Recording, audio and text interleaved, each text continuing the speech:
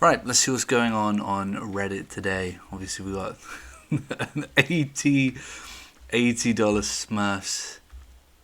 Smurfs Mission V Leaf. Watch out for all those V Leafs. They come out and they pincer you with their V technology. They give you a right V. You lose your V card with the Smurf. No, that doesn't seem right.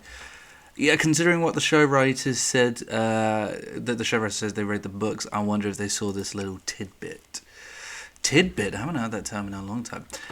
She shook her head, clearing as much of her visor as possible. She didn't dare remove her helmet on hostile ground. I haven't read.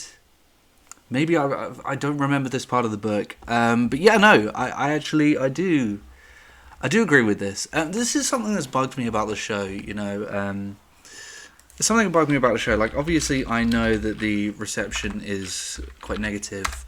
I haven't seen the show. I haven't been able to because in the UK, I don't know when Paramount Plus is coming to the UK. Sorry, my keyboard is absolute trash. UK. Yeah, I don't know when Paramount Plus is coming to the UK. Streaming service Paramount Plus will become available to UK audiences on 22nd. It has been confirmed. And that's on the 3rd of May. So we've only just found out when Paramount Plus is coming to the UK. So I haven't actually seen the show, but I've seen the outcry and I've seen that people have not been too happy about this. Obviously there's the famous scene where he loses his V card. No more V card for the Chief because he found a lady to put his plasma pistol in, and then out again. But yeah, no, I mean, like, obviously he takes his helmet off a lot in the show, and I'm not a fan of this. The reason it bugs me a little bit is because it was always kind of like a sacred thing. Like, they teased it, with that Halo 4 trailer. I'll bring up a little bit as long as it doesn't get me flagged for copyright. No, it wasn't the trailer, was it? It was the legendary ending, and I thought even that was too far.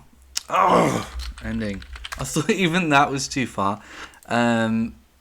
It was always this sacred thing with 343 where they didn't want to reveal his helmet. They never wanted to reveal his helmet because that was kind of the point. The point was that it's all to do with this vessel structure. And I understand that, it's the TV show, but it did cultivate this mass sort of overwhelming feeling that people cared about him taking off his helmet, and they cared about him more specifically not taking off his helmet. And originally it was structured around the notion that, hey, you're gonna be the guy behind the helmet. It was you all along. It's like one of those lame mirrors in one of those VHS tapes where you can put Rod and Todd and Rod's face on it. It'll be a perfect dilly for Maggie. I can't remember exactly how that bit goes, but there's a bit in The Simpsons where bloody what's it called, Flanders. Oh my god, am I going to be able to find this birthday present where he puts Rod and Todd and Rod and VHS, their face on a some sort of like cowboy scene. Oh my god, I can't find it. You're gonna have to look it up yourself. But yeah, anyway, so it's like one of those like mirrors, like the power was in you. But that's how it was, like that's how it was. We all became the Chief. We all were the Chief. And I feel as though 343's ultimate goal to remove that from us is intrinsically linked to this. Like, I think they were always desperate to remove his helmet. They always wanted to remove his helmet. And the TV show was their perfect opportunity to say, go on then, guys, do it for us, go ahead. And yes, it feels anti-fan. I mean, everything in this damn show feels anti-fan by the looks of it. But I don't like the idea of him taking his helmet off, because it felt like something that was, I know I keep going over and over and over, but it felt like something that could have been there at the start and was there at the end. They showed the bit where he took it off, but it was covered, it was censored, and I felt that was something that was going to be there at the beginning, and something that was going to be there at the end. This whole journey where this guy just never takes his helmet off. That's why it's okay with shows like Mandalorian or films like Star Wars. Less so with Star Wars, but with Mando, when Mando took his helmet off, we'd never really been exposed to Mando before, so you get to write the rules from the beginning. And he barely ever did it as well, so it still felt kind of, what is it, like sentimental? What is it? Oh my god, sacred. It felt a little bit sacred when he did take his helmet off. Plus, he did get scolded for it, so it's okay. Well, the Master Chief hasn't, before the show he hadn't taken his helmet off for six games, and now suddenly he did. And I know, again, it's non-canon. It's a non-canon TV show. I get that.